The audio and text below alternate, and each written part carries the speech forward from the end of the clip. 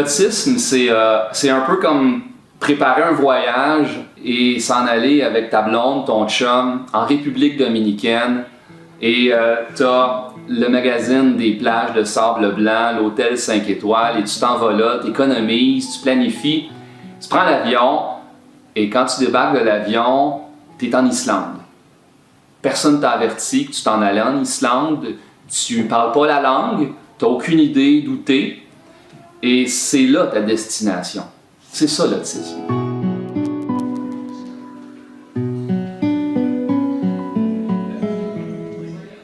L'autisme, en des mots simples, c'est pas une maladie, c'est un trouble qui affecte le développement du cerveau et qui va donner différents types de symptômes, notamment au niveau des interactions sociales avec lesquelles la personne va avoir des difficultés, va avoir des problèmes avec la communication aussi. Et la personne va aussi présenter toute une série de comportements et d'intérêts qui sont un peu plus restreints ou un peu plus stéréotypés. Ce qu'on voit, c'est que le trouble du spectre de l'autisme, c'est un spectre, donc qui va des personnes un petit peu plus hypothéquées au niveau des comportements, au niveau du fonctionnement intellectuel, jusqu'à des personnes qui pourraient passer inaperçues pratiquement dans la société, sauf quand on commence à discuter avec eux.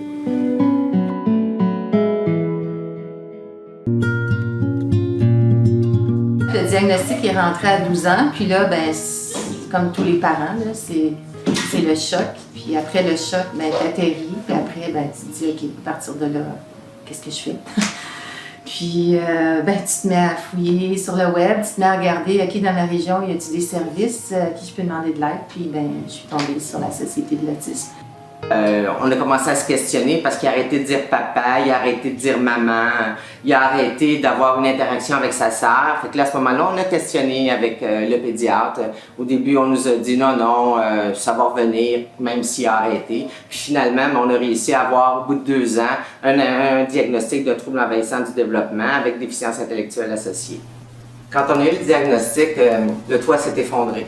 On avait des idées pour notre fils, on avait des enjeux, on avait un espoir qu'il aille à l'université, qu'il devienne... On avait plein de rêves pour lui. Tout ça a été anéanti d'un coup. À quoi ressemble mon quotidien, moi, tous les jours? Ben, Alexandre, il a 25 ans. Il est avec nous 24 heures par jour, 7 jours par semaine. Alors, il est toujours à la maison. Il y a un horaire, parce qu'Alexandre, il a une déficience intellectuelle, mais en plus de sa déficience intellectuelle, il est épileptique. En plus de son épilepsie, il y a des troubles sensoriels importants et il est non-verbal. Alors, il ne parle pas. Alors, pour être capable de communiquer avec Alexandre, on utilise beaucoup les pictogrammes, des petites images. Alexandre a 25 ans, mais dans sa tête, il y a comme 2 ans. L'impact sur les frères et sœurs est énorme.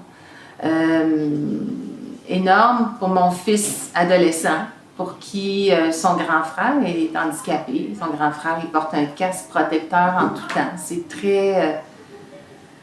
c'est très stigmatisant hein, de se promener avec un casque protecteur. Il y a même une barre latérale ici. On est obligé de porter ça, Charles, tellement il chute souvent. Puis ma fille de 11 ans, ben elle, son frère de 18 ans, ben c'est son petit frère. Alors, elle en prend soin.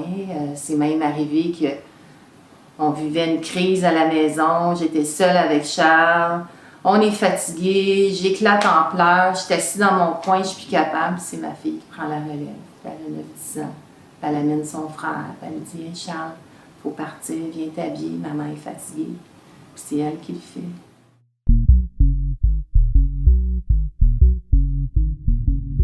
Quand on commence à regarder les chiffres, c'est fulgurant l'augmentation de l'autisme. En fait, il n'y a pas beaucoup de maladies pour lesquelles on voit une augmentation aussi importante. Je pense que si c'était une maladie physique, plus, je sais pas, des malformations cardiaques, par exemple, qui augmentaient au même rythme qu'on voit l'augmentation de l'autisme, tout le monde ruerait dans les brancards, là. Mais parmi les causes environnementales, ce qu'on observe, c'est qu'il y aurait en gros 2 grands types de contaminants qui sont mis en cause. Ce seraient les pesticides et la pollution atmosphérique. Donc, ce qu'on voit sur ce graphique-là, très clairement, c'est l'augmentation de la prévalence des cas de TSA au Québec.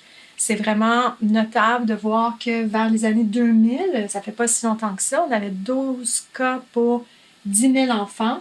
Et les dernières stats que j'ai ici, 2013, on est rendu à 163 cas pour 10 000 enfants.